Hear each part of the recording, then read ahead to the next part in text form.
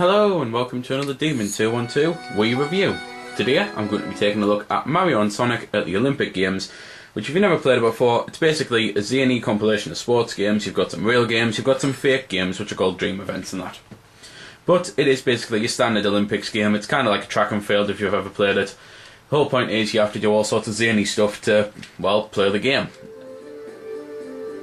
So, at the start, you basically create a profile. From there, you've got options, which just basically bog standard stuff of changing your profile and that.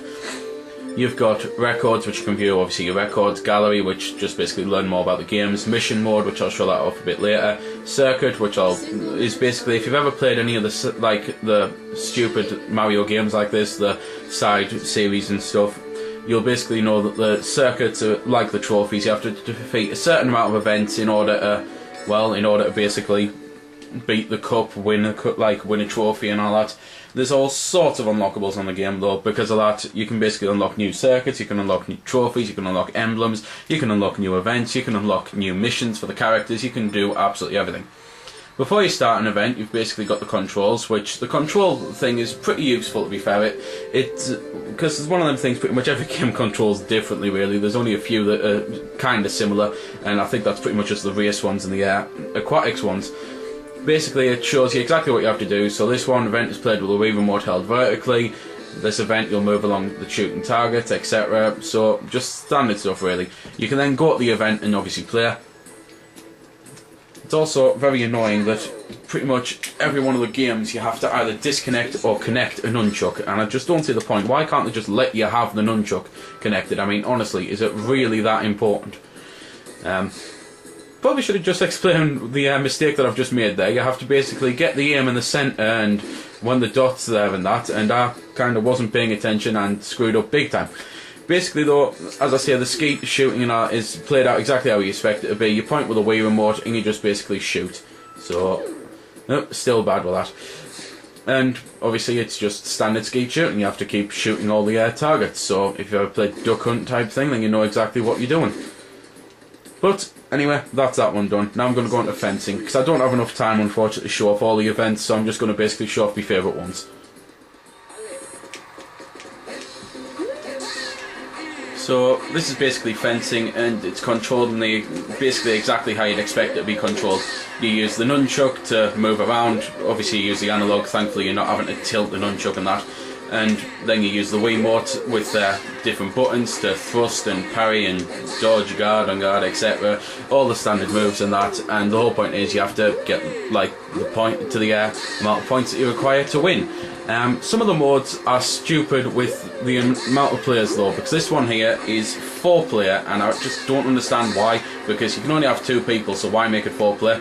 And I'll tell you this now, never play this game when you've got a camera 2 feet away from you, because I'm so scared that I'm going to end up hitting the camera that I've managed to get 1 point so far, and it's probably because I'm swinging to the right instead of pointing forward and that. So I think now's a good time to swap over to table tennis. So this event is basically played exactly how you'd expect it to be. You have to actually serve by flicking up the Wiimote and then just basically hitting the ball around. One of the things I don't like is that you have no control over where your character moves.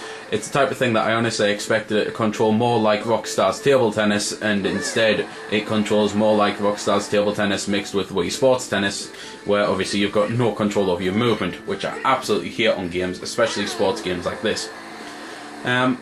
There's loads of events on the games, and there's also dream events, which basically the dream events are not real events at the Olympics, and I personally feel a bit cheated by the dream events, because when I heard about the dream events, I honestly expected some sort of stupid Mario and Sonic stuff.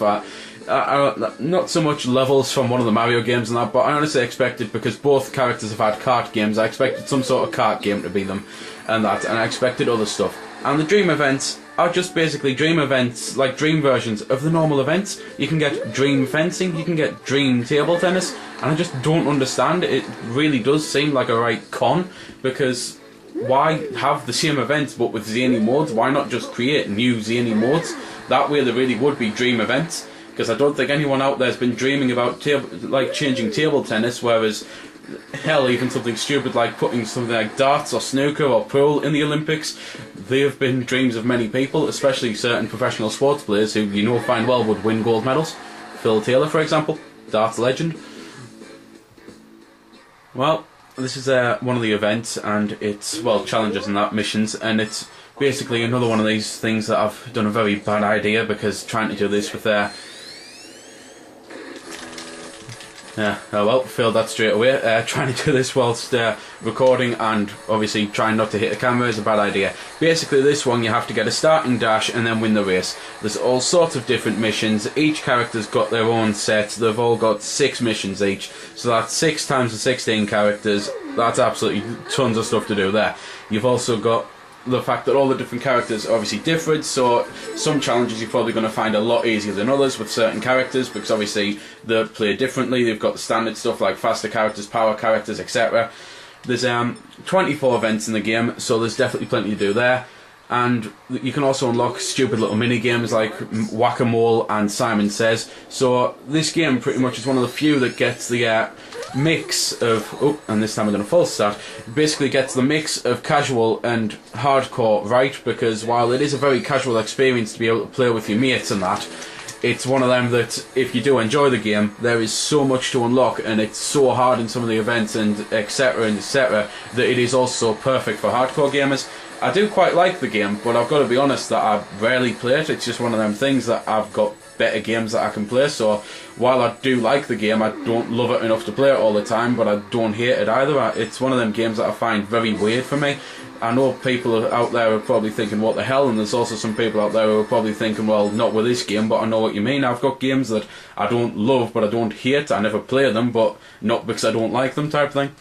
So can't really rave about it too much, but it's the type of thing that if you like this sort of thing, then you're going to be in heaven, basically. Graphically, obviously, things look pretty much standard. It's there's nothing too amazing with it or anything like that. And musically, it's all just, well, I know this is going to sound stupid because the Olympics don't exactly have music. They're not exactly blaring music during the events, but it's all the type of music that you'd expect to be around the Olympics. It all sounds very, like, royal type thing. So there we go then. That's been the review. I hope you've enjoyed it, or at least found it helpful. You might have noticed I didn't score the game. Well, that's because it's a matter of personal opinion, and yours may very well differ from my own. I'm just here to show you a bit about the game. If you like it or not, well, that's up to you. If you don't like it, or you do like it, feel free to comment. Also, if I haven't answered any of your questions that you may have had, I might have forgot something, or it might just be something obscure. Again, feel free to comment, ask, always willing to help out. Otherwise, if you don't like commenting on YouTube, head over to www.vc-forums.com, where you can chat with me and a bunch of other lads who love the VC, the WiiWare, and hell, even a lot of other systems. We cater to pretty much everything. You can just go there, have a chat about a game, ask about some games, etc. So until next time, this has been Demon212, signing off.